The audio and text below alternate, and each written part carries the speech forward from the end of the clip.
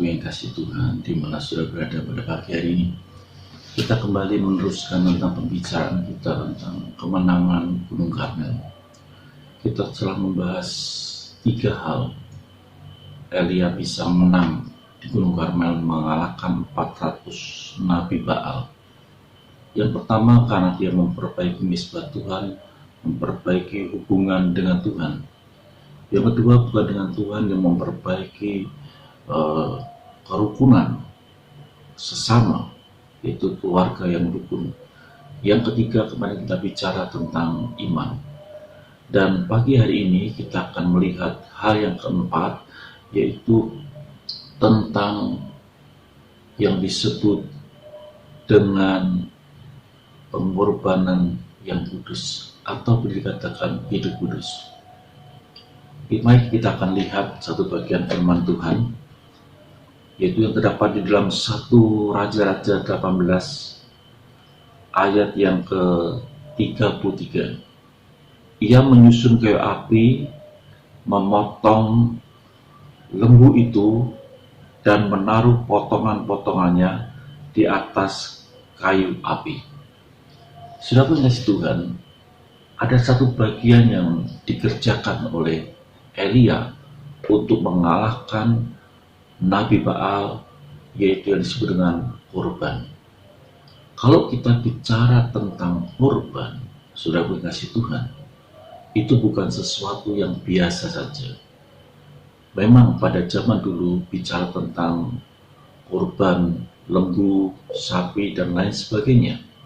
Tetapi hari ini kita ngerti bahwa kita akan bicara yang disebut spesial, yang disebut dengan korban yang kudus atau hidup yang kudus. Sesuatu yang diberikan Tuhan, sesuatu yang kudus. Saudaraku yang kasih Tuhan, kenapa demikian? Karena saudaraku, kita akan ngerti di dalam firman Tuhan, dikatakan pada zaman dulu saudaraku yang kasih Tuhan, itu di Imamat pasal yang ke-22 ayat yang 20 dikatakan, segala yang bercacat badannya janganlah kamu persembahkan, karena dengan itu Tuhan tidak berkenan akan kamu. Jadi sudah punya Tuhan, kalau kita bicara kurban, yaitu bicara tentang perkenanan hidup kita di hadapan Tuhan. Dan itu menentukan kalau hidup kita berkenan di hadapan Tuhan, maka kita adalah orang-orang yang bisa keluar di tengah-tengah kesulitan hidup ini, dan kita akan menjadi pemenang. Karena kita ini orang yang berkenan di hadapan Tuhan. Bagaimana kita bisa berkenan? Yaitu adanya suatu korban yang tidak bercacat.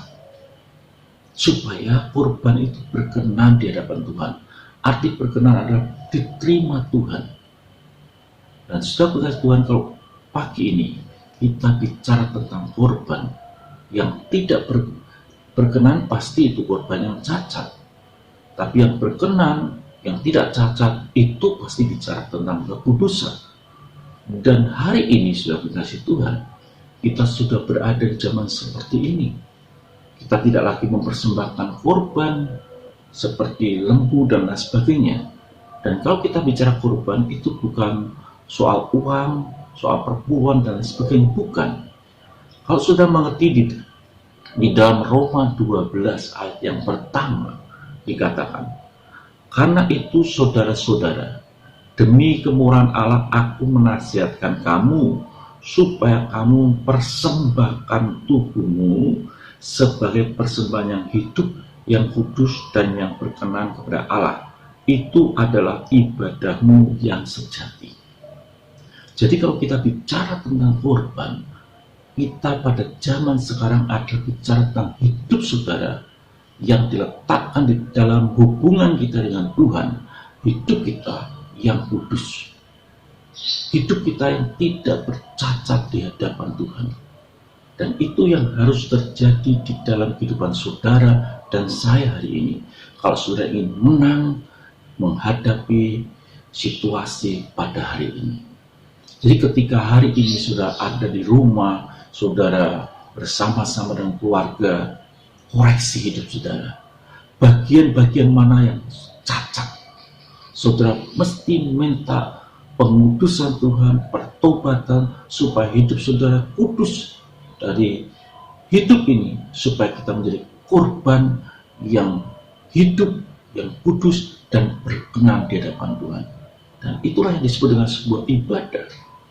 Jadi saudara kasih Tuhan, pada pagi hari ini, sebelum saudara mengerjakan banyak hal, coba saudara koreksi. Kalau saudara ingin menang di tengah-tengah kesulitan dunia semacam ini, ada saudara mesti hidup kudus di hadapan Tuhan. Letakkan hidup saudara sebagai korban yang kudus di hadapan Tuhan. Tidak ada kebencian, tidak ada kemunafikan, tapi yang ada adalah benar. Kalau ini terjadi dalam hidup saudara, saya percaya bahwa saudara adalah orang-orang yang akan keluar. Generasi yang hari ini keluar menjadi orang-orang yang menang atas situasi ini. Jadi kita tidak sekedar bicara tentang hubungan kita dengan Tuhan, tentang hubungan kita dengan keluarga, tentang iman, tapi kembali pada sebuah pribadi, hidup saudara dan saya secara pribadi. Benarkah saudara orang-orang yang tidak bercacat di hadapan Tuhan, supaya kita menjadi persembahan yang hidup, yang kudus, dan berkenan di hadapan Tuhan? Maka saudara berkasih Tuhan, saya percaya saudara akan menjadi orang-orang yang boleh tampil sebagai pemenang di zaman ini. Selamat hidup kudus di zaman ini. Tuhan memberkati saudara.